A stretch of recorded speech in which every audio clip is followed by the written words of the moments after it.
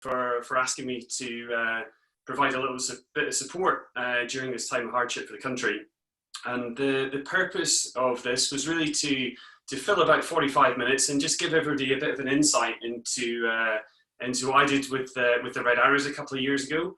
And I was asked broadly to speak about my time in the team, but I thought I'd focus it in on something specific.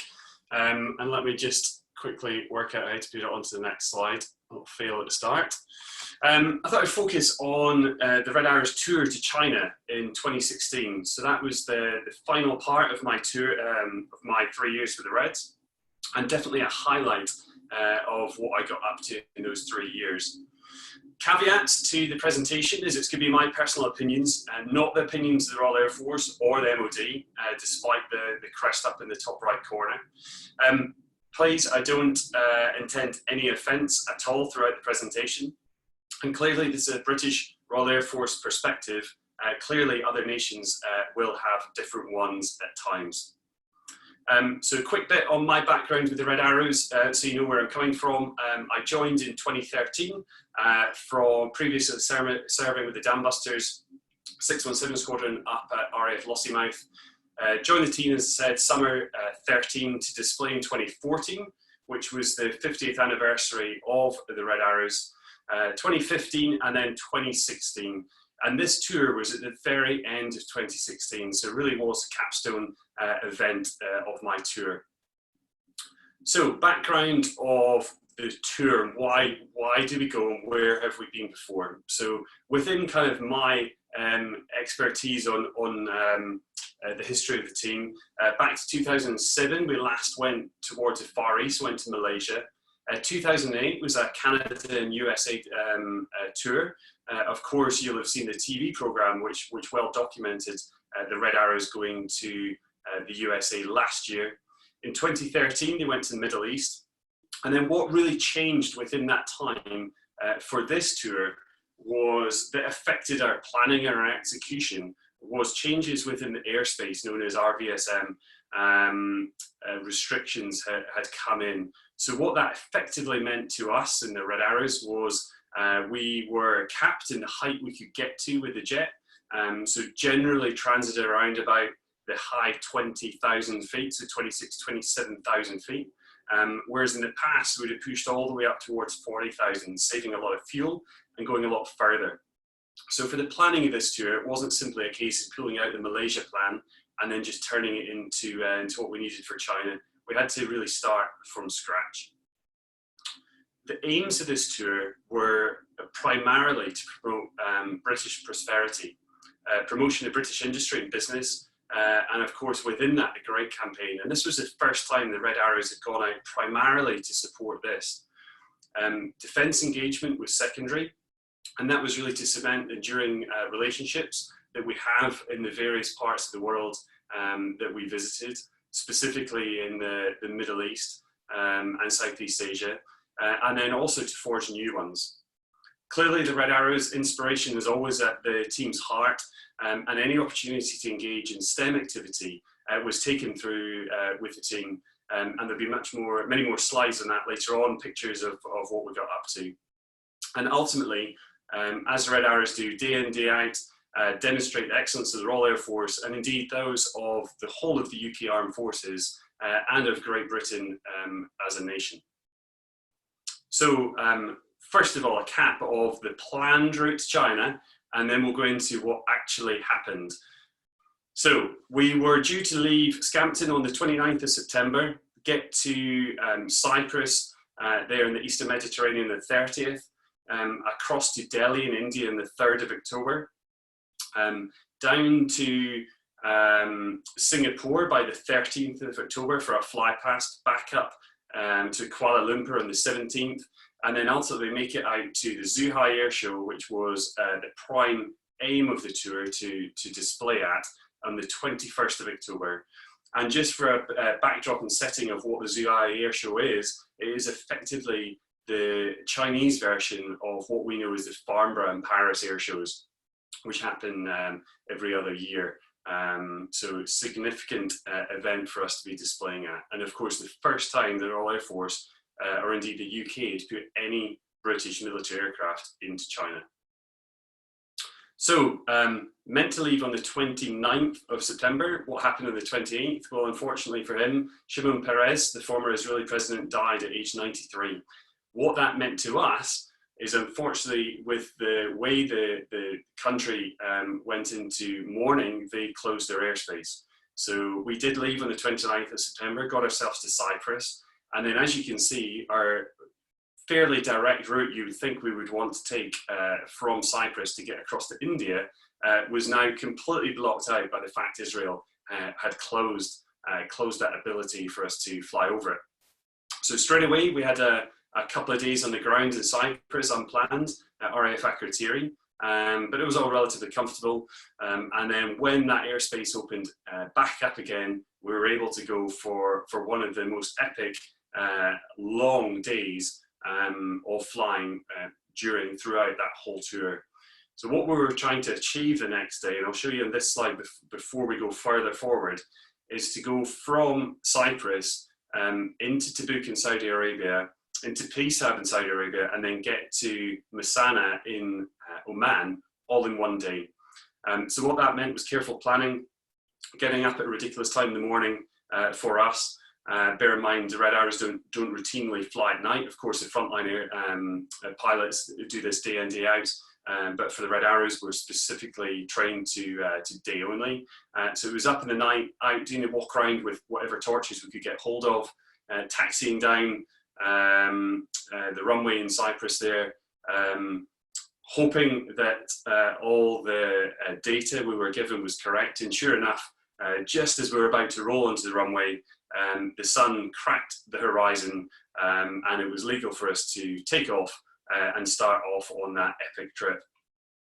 So as I said, across into Tabuk, where we got to see some friendly UK faces. We've got Royal Air Force pilots based out there teaching, or certainly ex-Royal Air Force pilots, and one or two current ones in Tabuk. Across to Pisab, and then eventually into Oman, which is welcome relief after a bit of frustration in Cyprus, and then a heck of a long day trying to get all 12 jets across into Masana. So we arrived there just as the sun was going down, hoping that would be the hump of the trip over, and everything else would go swimmingly. Well, the fun was only just beginning, really.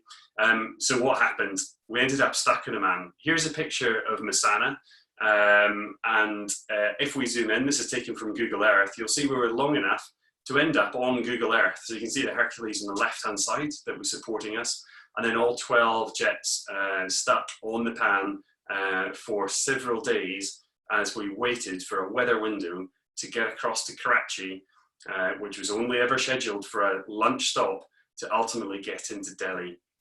And why was that an issue? Well, here was the withdrawal of the southwest monsoon in India in 2016. And I appreciate that's a really messy slide for you to be able to read from the screens, perhaps on your phone. But essentially, the two lines you want to look for is there's a red dotted line coming down from the Sea of the Word of China, coming down to the south and cutting across India. That is where the monsoon was meant to have been when we were transiting into Delhi, which is up in the north of India, kind of in that V of the top two green lines. And those green lines are where the actual position of the monsoon was. So stuck in Oman, waiting for that monsoon to retreat down, as you see it on your screen, from the top left to the bottom right, and make way for the better weather to get the jets in and to get some display flying done. Here you can see a snapshot of one of the weather apps we were using to show where the thunderstorms were striking. All these individual graphics, I think from memory, show where there's a strike in the last something like 10 seconds. So significant amount of thunderstorm activity. And for those of you not massively familiar with aviation, thunderstorms and aircraft do not mix well whatsoever. And especially single engine Hawks transiting around in formations. So we were doing our best to try and avoid flying anywhere near them if at all possible. However, after a few days of waiting in Masana, we made it across to Karachi. And here's a photograph of one of the jets breaking across the city. Fascinating place to go into. The weather wasn't great. We broke down through clouds at about 500 feet over the sea, and then pieced our way in over the top of the city to find the airfield. The visibility there in that picture probably doesn't do it justice. We could probably see you know, something like 5 miles ahead of us, and that was about it as we approached. It did open up as we got close to the airfield. Big hazard though going in there was these massive birds, which we just really weren't used to at all, flying around aerodromes. So significant amount of huge birds of prey for all the jets to dodge with their single engine and get into Karachi. Needless to say, it happened, and we were greeted exceptionally well with members of the Pakistan Air Force and the British Embassy that you can see here within the photographs. Gave us a fantastic lunch, took us to a couple of rooms, and we saw some pictures up from where the team had been there in 2007. So it's great to see some photographs of the older guys doing what we were doing now back in 2007 at the same airfield.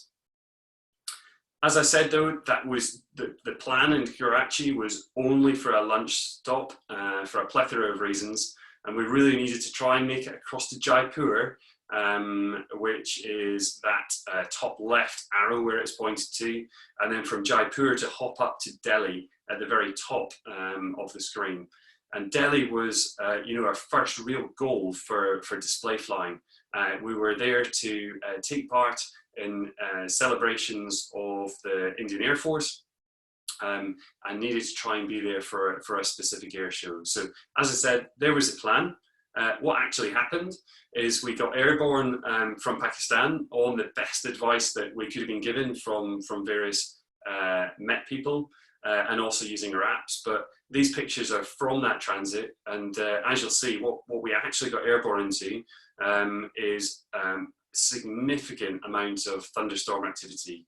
And although those clouds might look white and fluffy, you know, to those who haven't done a lot of flying, those clouds spell significant danger to aircraft. So, and again, because we were capped down in that high 27,000 feet bracket, we had these clouds extending way above us. Had we been able to nip up to 40,000 feet, there's a good chance we would have got around it, but unfortunately we were capped, as I explained before. So just to complicate matters a little bit further, the handover from Pakistan Air Traffic Control to Indian Air Traffic Control was interesting to say the least, arguably non-existent, but we pieced our way across the border, and then it became apparent pretty quickly to Monty leading the formation, leading the 12 aircraft and making the decisions for us all, that we were simply not going to be able to get up to Jaipur as planned. And off we went on our first unplanned diversion of the tour down to Ahmedabad, as you can see pointed out with the red arrow across the left hand side of the screen there. Unfortunately, we were stuck there for a few days, it wasn't without its frustrations, not least for the airport, who had pretty much made us promise as we were coming into land that we were there for 3 hours. Unfortunately, we bought it by that point with fuel, so although we knew we weren't going to be there for 3 hours, we landed anyway. And equally for the team, we were just desperate to get up to Delhi and get on with the display flying. But needless to say, we managed to hunker down. We bought some essential provisions, and then around about 3 or 4 days later, we made it up eventually to Delhi, and in time to display at the Indian Air Force celebrations that you can see in the top two pictures.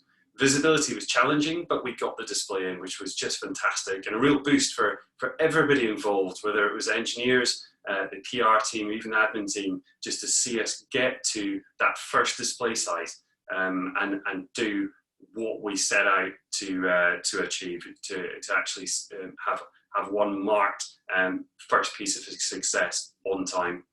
As you can see from the photograph below, you've got the team with the Indian Air Force team, our colleagues out there, or our partners out there.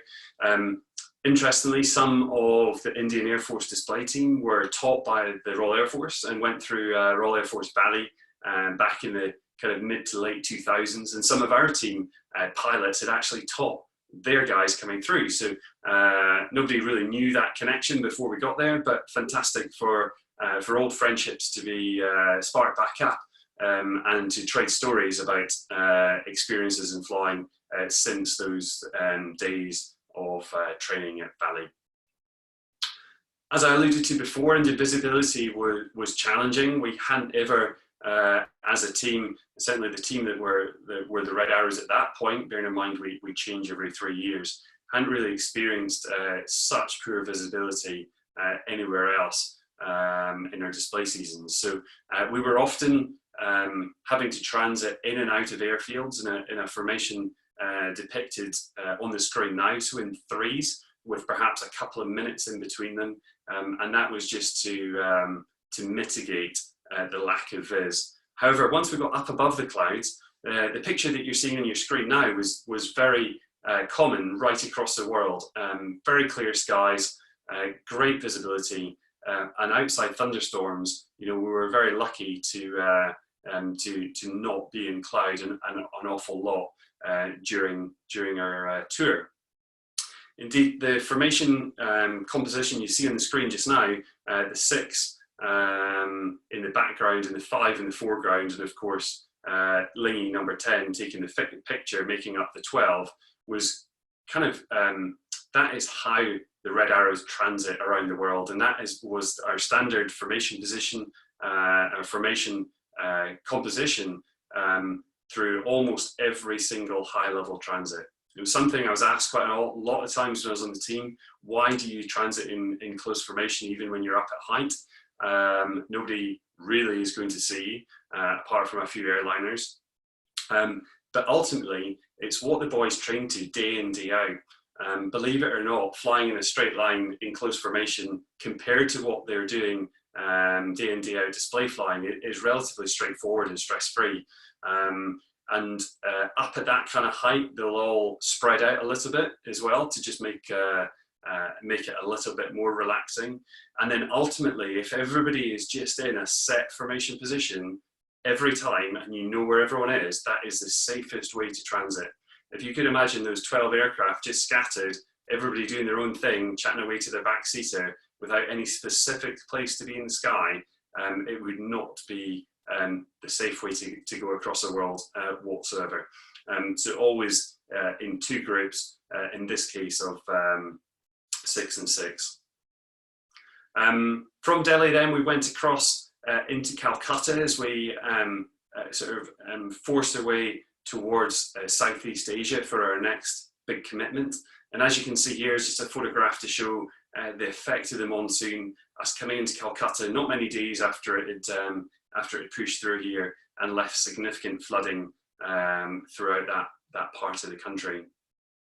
Into Calcutta, and here's a picture which was pretty common on a lot of our stops, especially in that part of the world. A lot of hanging around as we got processed and people understood what the heck to do with us. It was pretty unusual, I guess, for a lot of places for 12 fast jets to rock up with 12 pilots, 12 engineers, and being potentially the slightly demanding princesses that we could be at times. There was definitely frustration on both sides, as you can see depicted in the picture at the bottom. Me and Lingy not looking very, very happy whatsoever. Anyway, from there we had to push, as I said. Our next commitments down in the bottom right was 13th of October to do a fly past at Singapore, and then another fly past at Kuala Lumpur on the 17th of October, ultimately getting to Zhuhai on the 21st. So out to Calcutta into Bangladesh. Again, fantastic hosting, but just time for a lunch stop. And then for probably the leg that will remain the clearest to me as I look back on the tour, which is across Burma or Myanmar. depicted by that last red arrow. So what made that leg specifically challenging? Well, it is a incredibly forested country, so just jungle everywhere. There was no stated SAR assets, so search and rescue assets that we had going across there.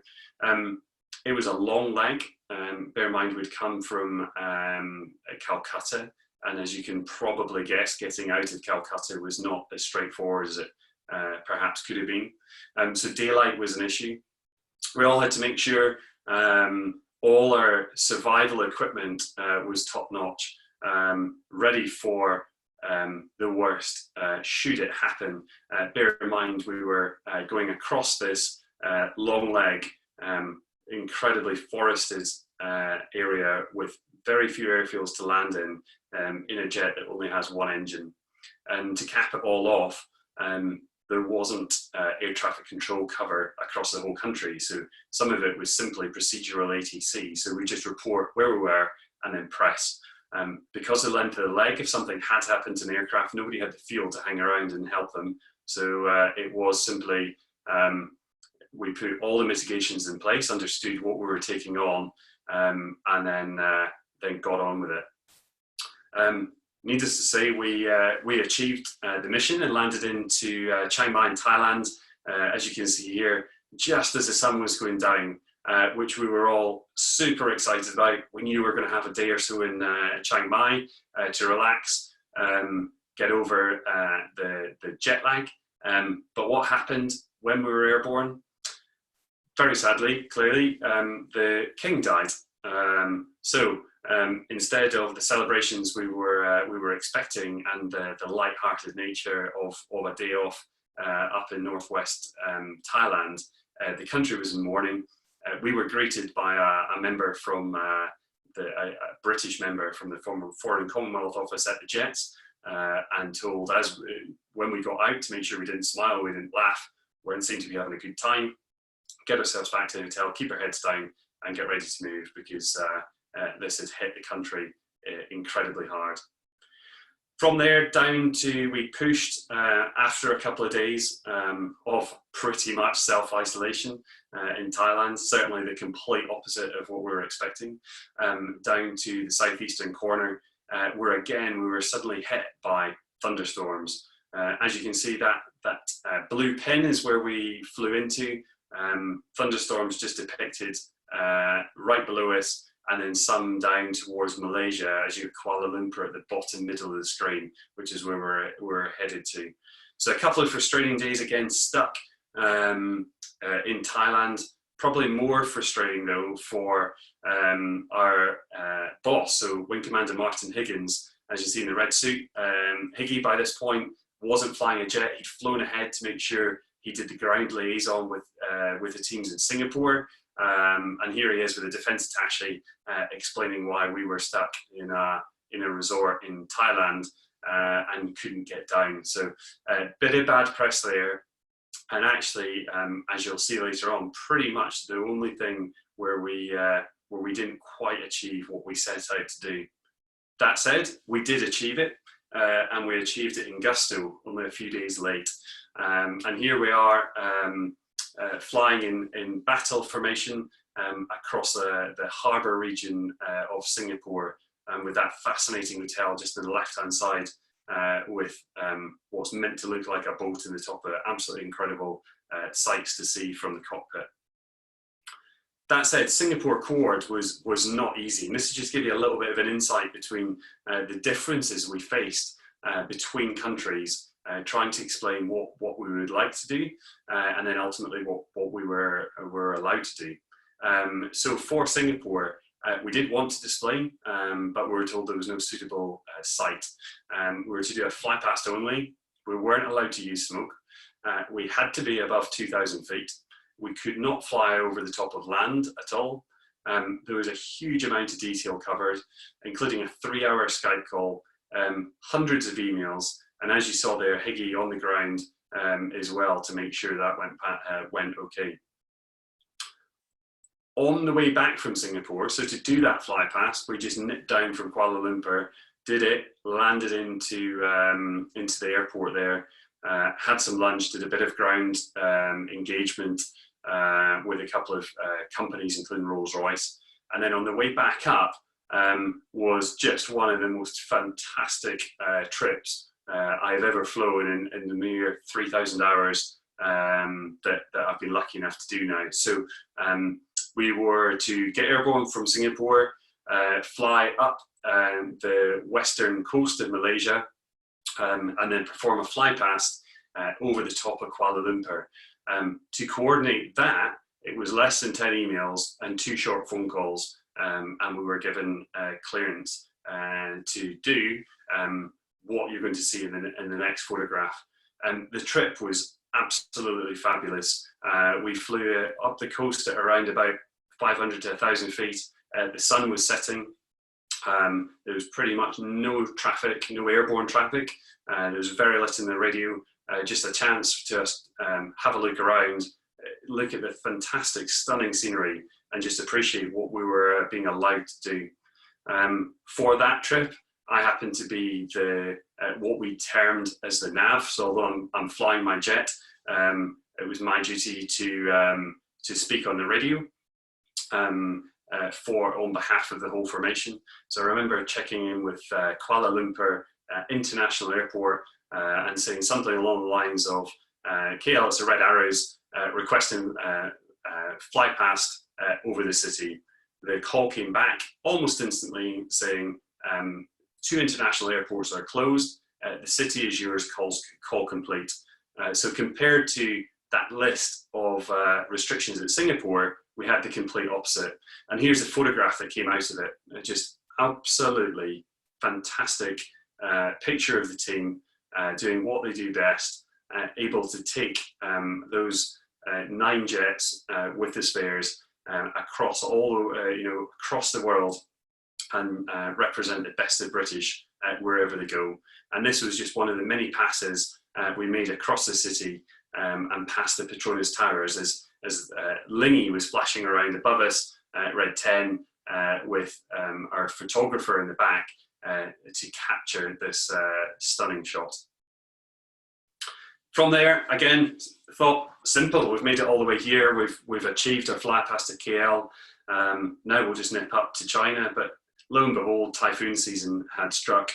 It didn't delay us too much. I think we perhaps stayed 1 extra day in Thailand, but it was certainly something that gripped everybody's attention as we were trying to piece our way up to China.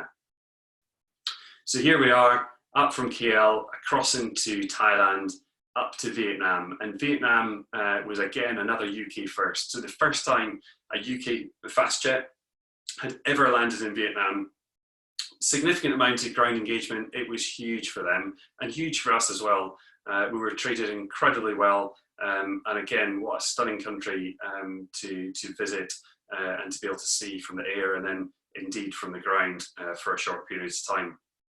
But we didn't have much time there because it was a quick nip across to get ourselves to Zhuhai. Remember when I put up the first slide, we were trying to get there for the 21st of October. Well, we made it in the 22nd of October. So considering all the hiccups and delays that we face across the world, I think it's not a bad effort whatsoever to have got there across the South China Sea and into Zhuhai on the 22nd of October. And here's the picture that went out immediately and got us all in trouble with our wives and girlfriends back home. 3 weeks on the road, and we were met by these beautiful ladies with some flowers. But I do promise this was around about 30-second pleasantries, and then we were off back to the hotel to concentrate on the job and doing what we do best. So what we achieved, we've got 12 Hawks, 17,000 kilometers, 22 stops, and over 100 people across to China, ready to execute our task of performing at the Zhuhai Air Show and representing the best of British. However, what we had to do first as team pilots was maybe slightly frustrating at times. We all joined the Royal Air Force to fly. We joined the Red Arrows specifically to fly. Yet the Foreign and Commonwealth Office had a different idea for our first few days in China. And as you'll see here, the Reds parked, the jets parked up on the Pan at Zhuhai International, and us taking off in an airliner off to do various forms of engagement across China, representing the Great Campaign and also promoting STEM. So where were we sent to? We were split into teams of 3 and reached out to various cities throughout China, including, very topical for the moment, but in the Middle East, in Wuhan, where of course COVID-19 has come from. Luckily, all the boys who went there came back healthy back in 2016. So what did we do? We got involved with presenting and chatting at schools. The top right picture is me and Joe. We visited one of only 2 aeronautical universities in the whole of China. Huge place where we had to go in and present to probably 400 or 500 students. We visited airlines and also cultural sites throughout China. Again, this is myself and Joe, Higgy Lingy, and some of our support team in Shanghai. And you can see the example of what we had here was an open top bus, all decked out. Embarrassingly, we were then on that bus on the top deck with around about 20 members of the media. Also the bus, which you can't quite see, had speakers all around it. And we basically drove up and down downtown Shanghai, answering questions from the media with this microphone booming out to the streets. And believe it or not, people didn't give us as odd a look as I would expect they would if we did it in the UK. But indeed, when we were stopped at traffic lights, etc., you know, people stood and listened, and we got to spread that word that the Great Campaign is indeed trying to do throughout the world.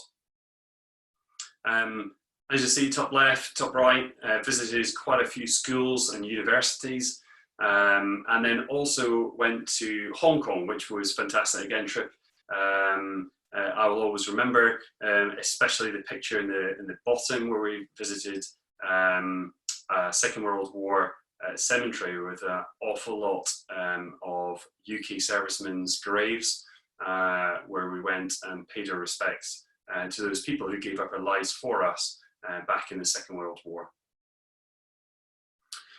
So after that, back down to the air show, and it really started to heat up. It was just phenomenal. The attention we got at that air show was second to none throughout my whole tour. It was the first time an RF jet had landed in China, let alone us sending our display team. So here's one of the press conferences before the show, where we were streamed live on various platforms right across China and the Far East, answering questions, some very easy ones, some a little bit more challenging, especially when caught on live TV, but I think we got away with it.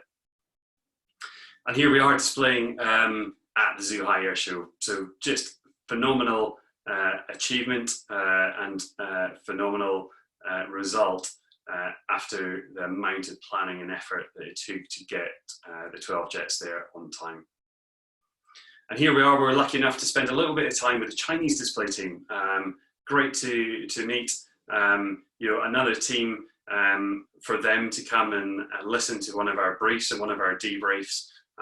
So for us to perhaps pass on some knowledge about how we achieve the results we do, and then also for us to be able to ask them a little bit about their careers. It was absolutely fascinating to hear how they go through training, how they're training day to day, etc., and within their display team.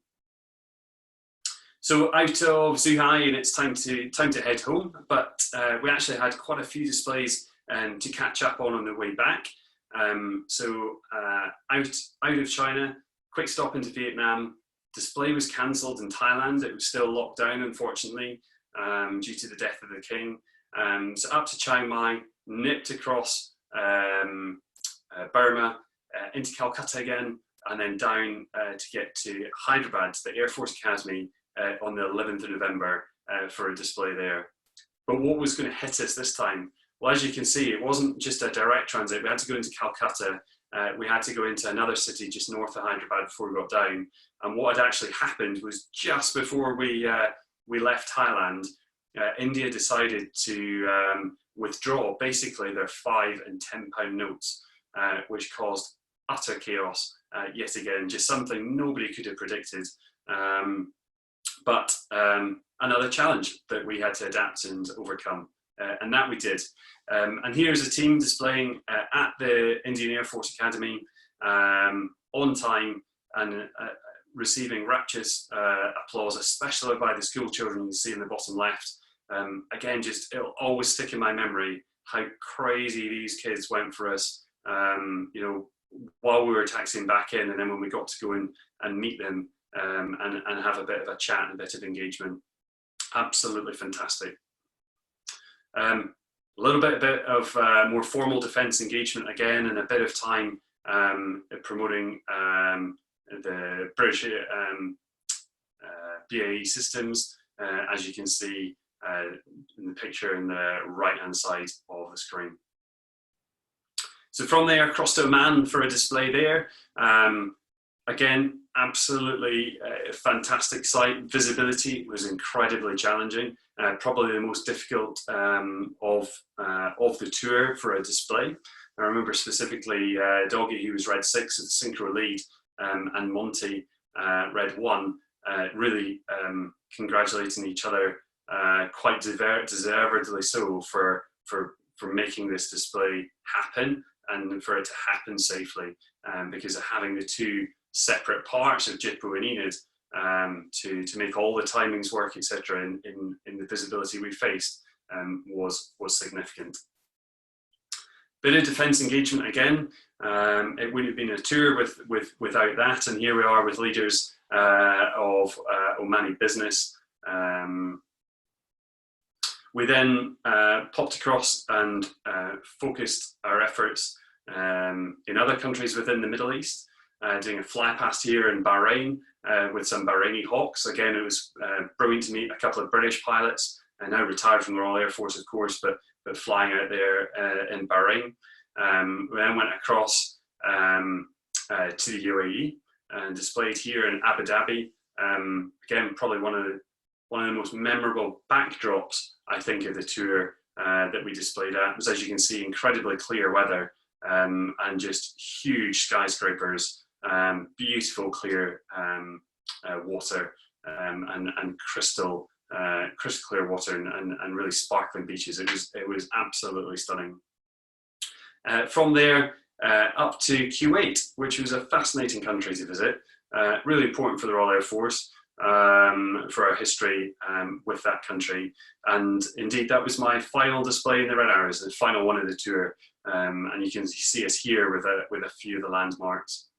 So from there, it was pretty simple, right? Just had to nip home.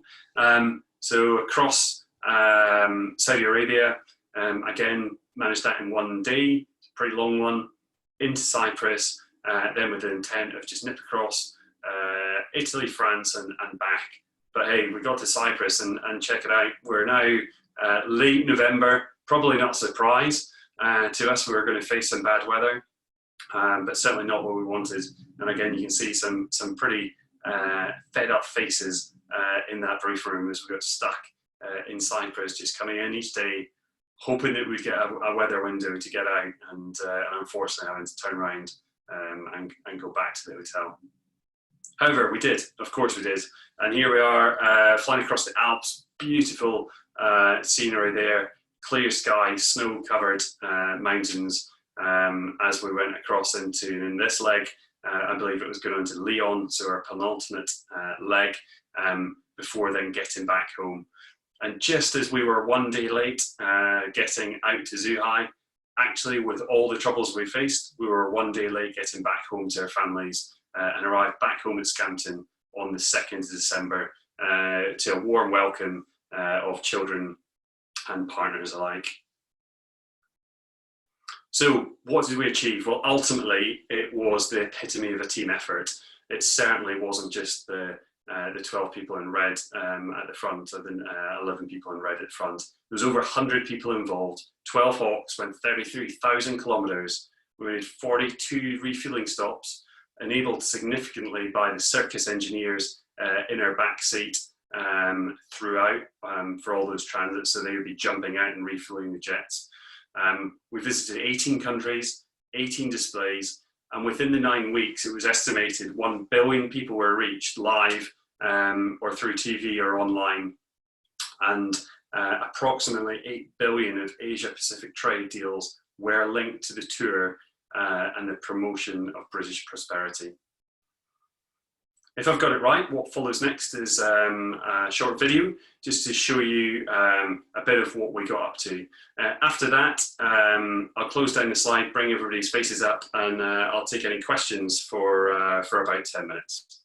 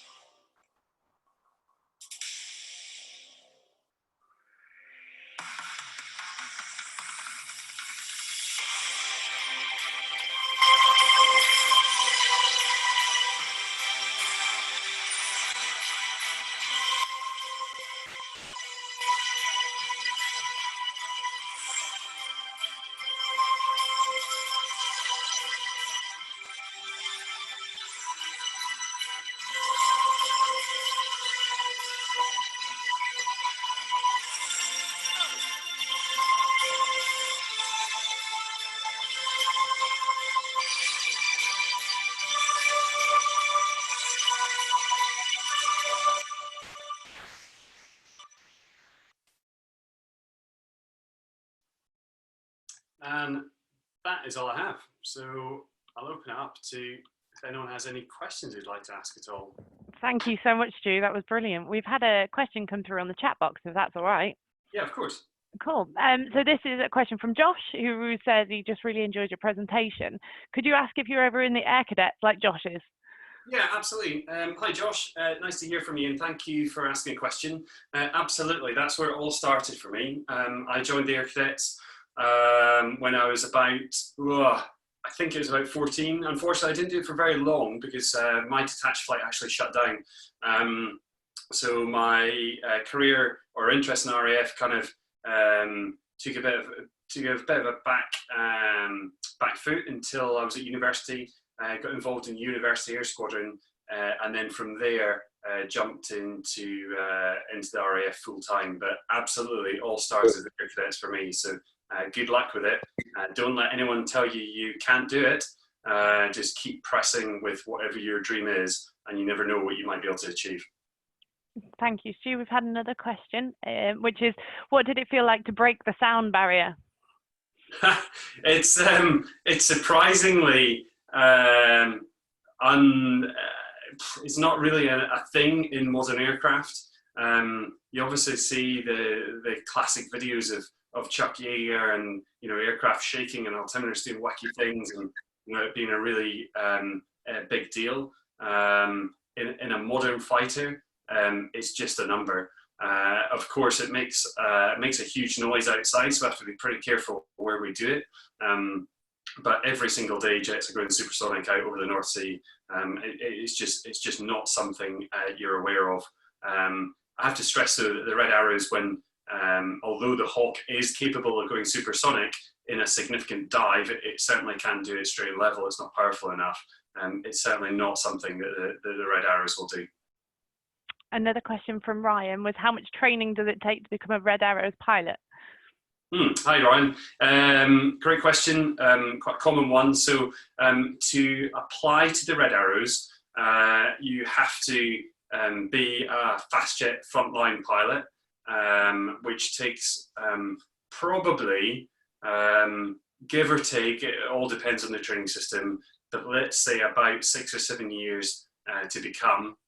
You then have to at least do one tour in the front line, so about another 3 years on that.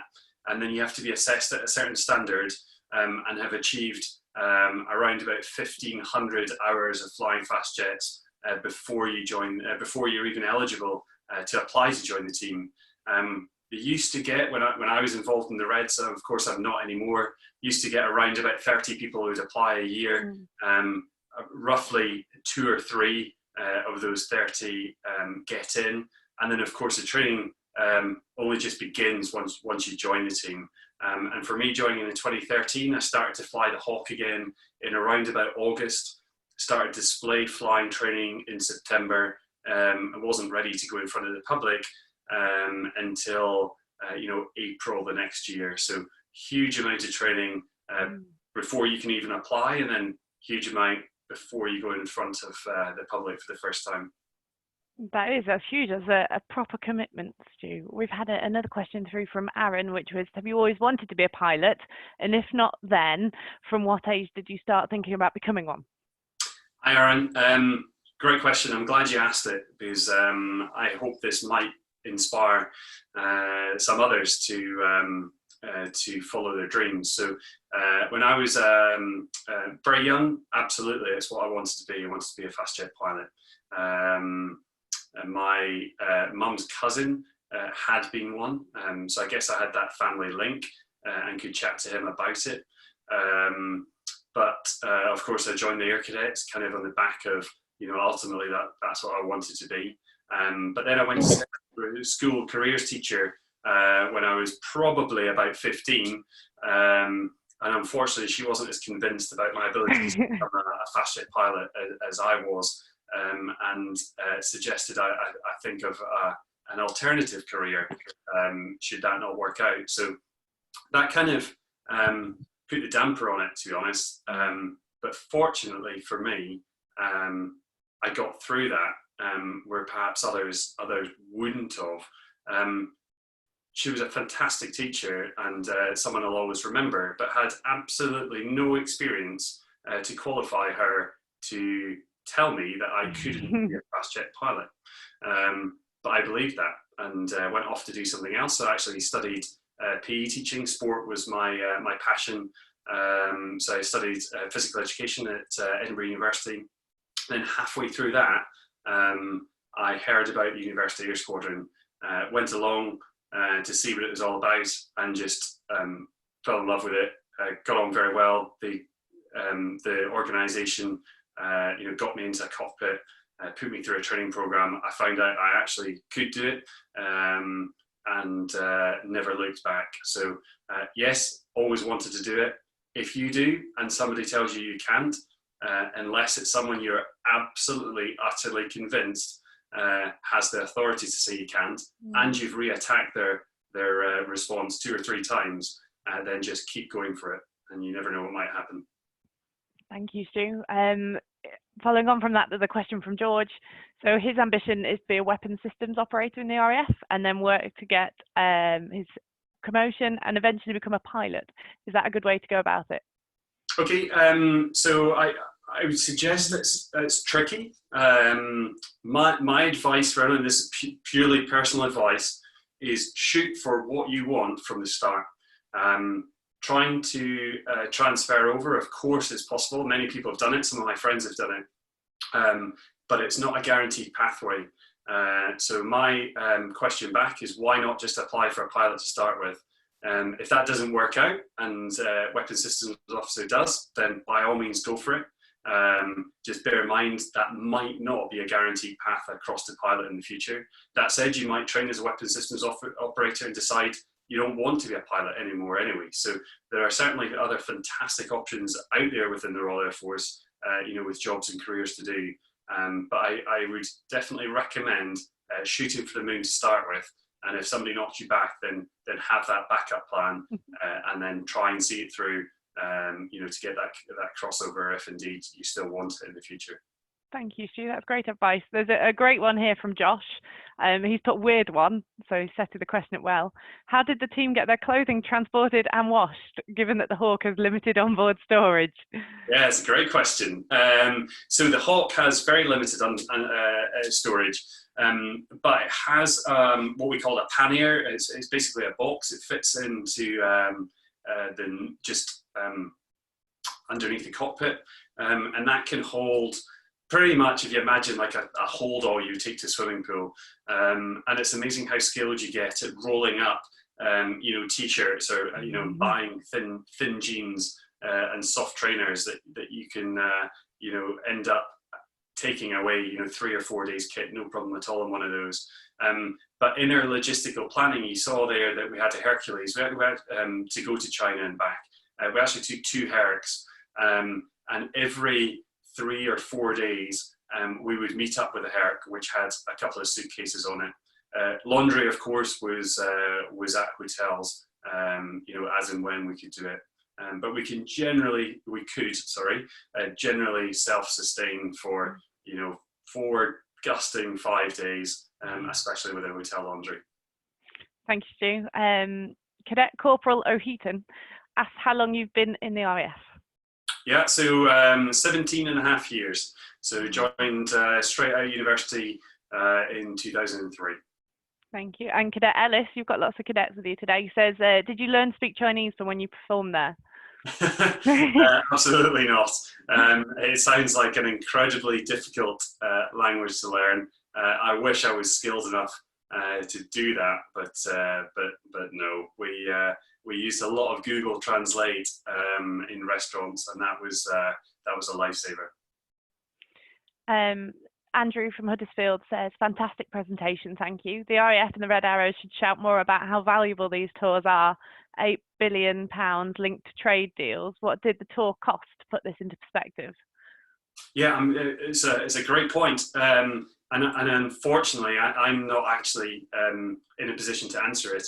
The team as a whole generally cost the UK around about 9 million-ish, and that's a very generic and non-official number from me, but you can Google that. The tour itself, I would be guessing to put a figure on it, but certainly compared to £8 billion worth of UK trade, a drop in the ocean. It was a great observation.